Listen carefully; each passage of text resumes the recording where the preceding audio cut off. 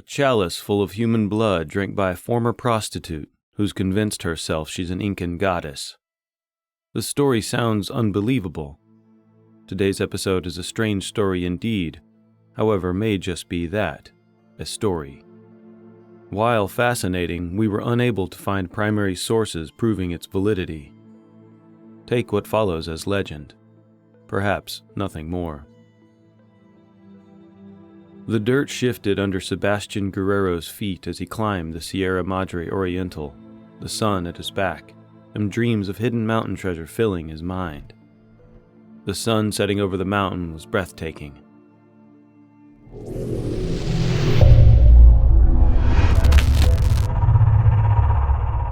18-year-old local saw something strange as it started to get dark, though.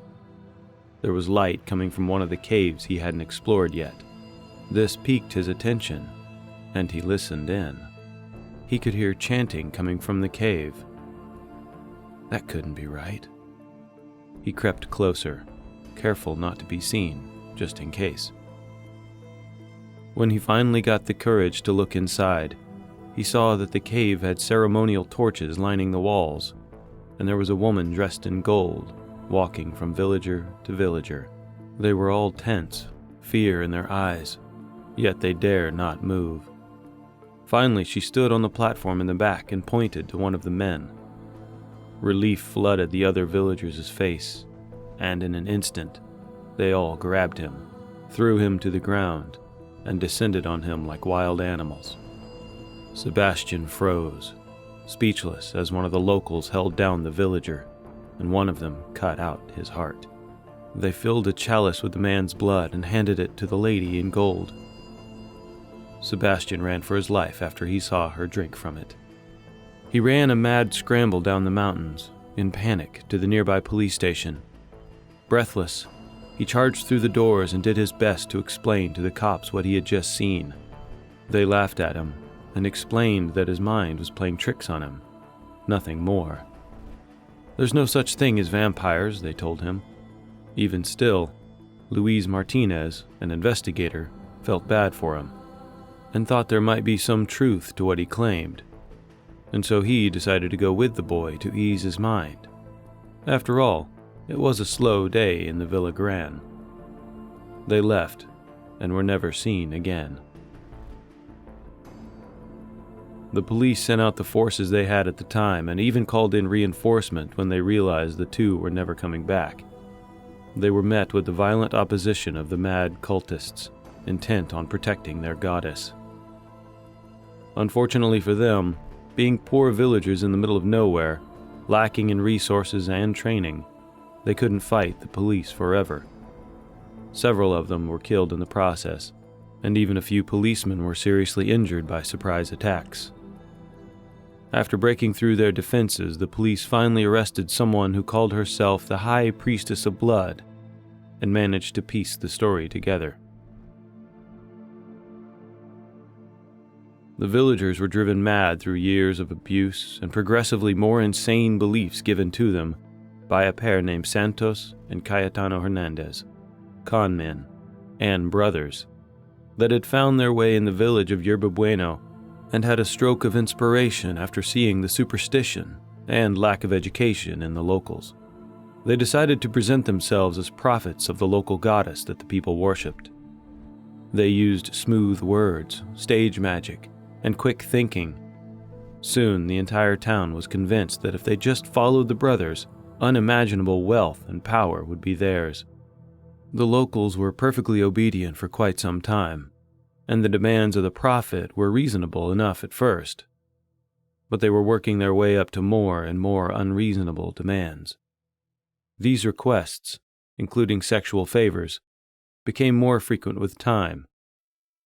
It had been too long, and the locals were growing tired of their mistreatment, and were growing suspicious of the fact that it never seemed to be time for them to get their end of the bargain, even though it was always going to happen soon. Whispers of revolution happened, and the brothers realized that to regain control, they would need more than just parlor tricks. They would need a goddess. One of the brothers left for a while, found a prostitute by the name of Magdalena Solis, and recruited her. The idea of having a group of people treat her like a goddess and worship her appealed to the powerless victims sold into sex trafficking as a child. Thus, the partnership was born. She, a worshipped figurehead, and they, the masterminds behind the scheme. Nothing could possibly go wrong now. At least that was what they thought. The next day, the prophets called an important town meeting in a nearby cave and summoned a goddess using smoke and mirrors. She commanded the unfaithful doubters be brought forward and ordered the town to kill them for their blasphemy. As time went on, the killings were ordered more commonly and for less justification. And during this time, her delusions of grandeur started to grow. Who knows? Maybe she really was a goddess, she started to wonder. She began ordering them to do things for her benefit rather than specifically when told what to say. During this time, she started experimenting with the consumption of blood. Feeling she would come into her power first, she was just drinking chicken's blood. The Hernandez brothers let the first orders slide and started to argue with her behind closed doors as she became more and more brazen. They finally decided to let it go, however, when she decided the next step was human blood. The brothers didn't oppose her out of fear that they would be next. She could say the word and the villagers would kill them on command. It wasn't long before she was ordering her victim's heart to be removed first, as another layer of depravity. The Hernandez brothers vanished one day without a trace, too cowardly to face what they had started, or too dead to even oppose her. After everything, and as a result of all they had been through, the residents refused to testify against their goddess, and she was only charged with 2 of the murders, that of Louise and Sebastian. The 2 con artists who started it all were never found, and their bodies never recovered. The mountains of the Sierra Grande are holding many secrets undiscovered to this day. It should be noted that many hold this story up as a rare case of a sexually motivated female serial killer. However, due to the lack of evidence, we would feel deeply uncomfortable claiming any such thing. There were never any court documents found confirming the arrest or the sentencing, and any newspapers in Spanish we could find came after the American sources. It's still possible that the documents are hidden away in some obscure archive somewhere. However, it is impossible to tell how much of it has been exaggerated, if it even has any truth behind it at all. Furthermore, several details of the story don't seem to line up with reality. According to an anonymous law student in Mexico, the sentencing she received wasn't correct. Certain details seem to fluctuate wildly from telling to telling.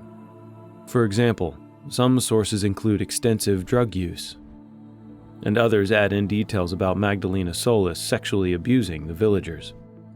Furthermore, culturally speaking, the residents of the village would be far more likely to worship Mayan gods rather than Incan gods, even though every source we found said Incan.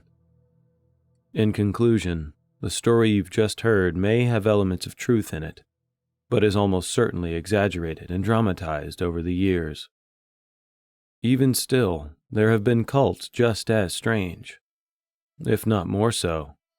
As such, we still can't rule anything out for sure.